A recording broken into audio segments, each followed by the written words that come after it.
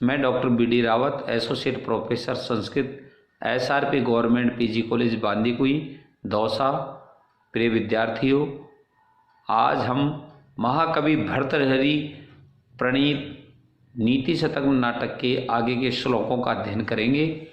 इसी क्रम में जो श्लोक है, उस श्लोक की जो है प्रसंग है कि नीच की नीचता किस प्रकार परिलक्षित होती है, वो महाकवि भर्तृहरि ने अपने श्लोक के माध्यम से बताया है कि क्रमी कुलचित्तम लाला क्लिन्नम विगंधि जुगुप्सितम निरूपम रस प्रीत्या खादन खरास्ति निरामिषम न सुरपतिम अपि श्वास पार्श्वस्थम विलोक्य विसंकते नहीं गणित क्षुद्रो जंतु परिग्रह फलगुताम।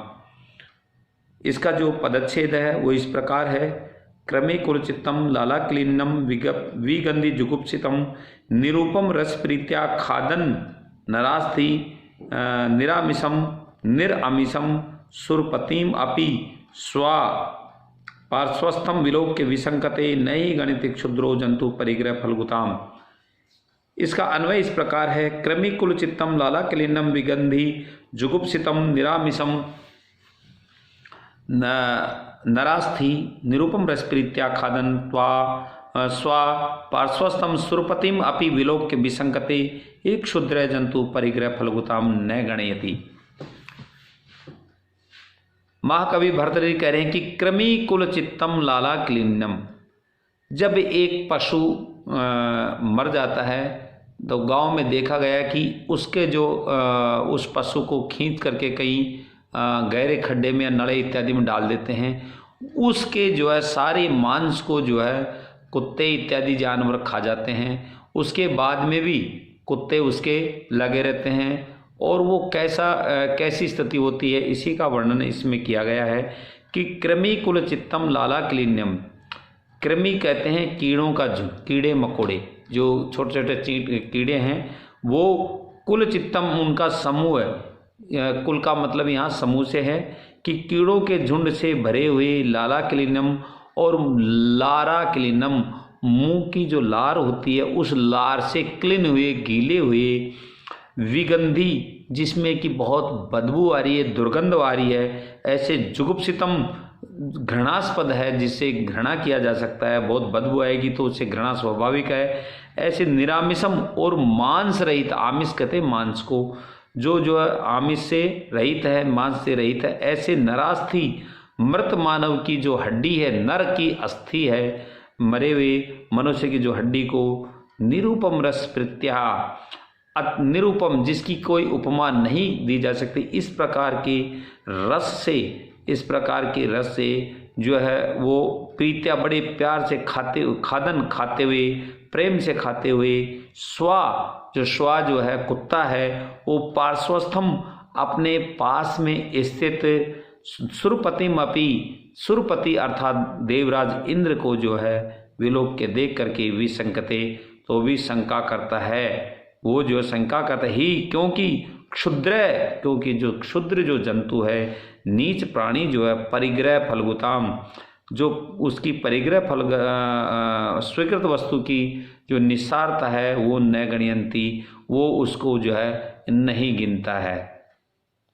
ये कहने का मतलब ये है कि जो नर की अस्थि सूख गई है और जिसके कीड़े मकोड़े लगे हुए हैं, ऐसे नर की अस्थि को जो है वो लाला क्लिन्नम अपनी खुद के मुख, जो कि सूख चुकी है परंतु खुद के मुख के लार से गीली हुई, इस प्रकार के, और जो बहुत ही घृणास्पद है, दुर्गंध जिसमें आ रही है ऐसे, और वो अस्थि जो है मांस रहित है, केवल खाने वाला जो कुत्ता है उसकी लार से गीली हो रही है, इस प्रकार की निरुपम रसप्रीत्या अत्यंत स्वाद के साथ वो खा रहा है। इसको जो है खादन में क्षत्रिय प्रत्यय है, तो ऐसे खाते हुए स्वा जो है कुत्ता है, पार्श्वस्थम पास में स्थित सुरपतिम अपि, देवराज इंद्र को भी जो है वो विलोक के देख करके विसंकते, वो शंका करता है,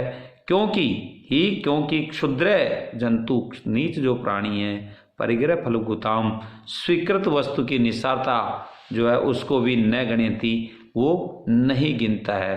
अर्थात इसमें कहा गया है कि नीच प्राणी की नीचता जो है वो इस सामान्य कथन से की गई है। इसलिए जो है इसमें जो अर्थांतर न्यास है, और अर्थांतर न्यास लक्षण जो अलंकार है उसका लक्षण है सामान्यम व विशेष व तदन्येन समर्थते यत्तु सो अर्थांतर न्यास है साधर्मेण इतरेण व। अर्थात सामान्य का विशेष से और विशेष का सामान्य से जो समर्थन किया जाता है उसे अर्थांतर न्यास अलंकार कहते हैं। यह एक सामान्य जो है बात है, न ही गणित क्षुद्र जंतु परिग्रह फलभूताम, इसके द्वारा उपयुक्त तीनों पंक्तियों में इसका समर्थन किया गया है, इसलिए यहाँ पर अर्थांतर न्यास अलंकार है। और हरणी छंद है इसमें, न समरसलागा षड्वेदई हयेर हरणी मता। इसमें जो कुत्ता घृणित वस्तु को भी बड़ी आनंद के साथ खाता है, वह आनंद मग्न होकर के अपने पेट को भरता रहता है, जबकि वो अस्थि जो उसके खुद की लार से गीली हुई है, और अगर उसके पास में देवराज इंद्र भी आ जाएं तो भी वह घृणित वस्तु को खाने में ही आनंद लेता रहता है, उसको नहीं छोड़ता है। उसके पास चाहे कोई कितना बड़ा व्यक्ति आ जाए, अर्थात उसे जरा भी लज्जा नहीं आती, बिल्कुल वो लज्जाहीन होकर के उसको खाता रहता है।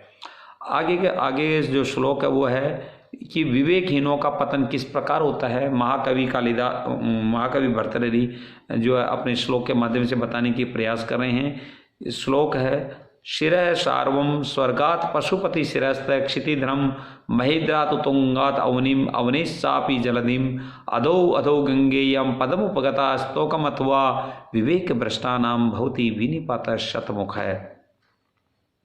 विवेक से भ्रष्ट व्यक्तियों का किस प्रकार से, सैकड़ों प्रकार से उनका पतन होता है, वो इस श्लोक के माध्यम से बताया गया है।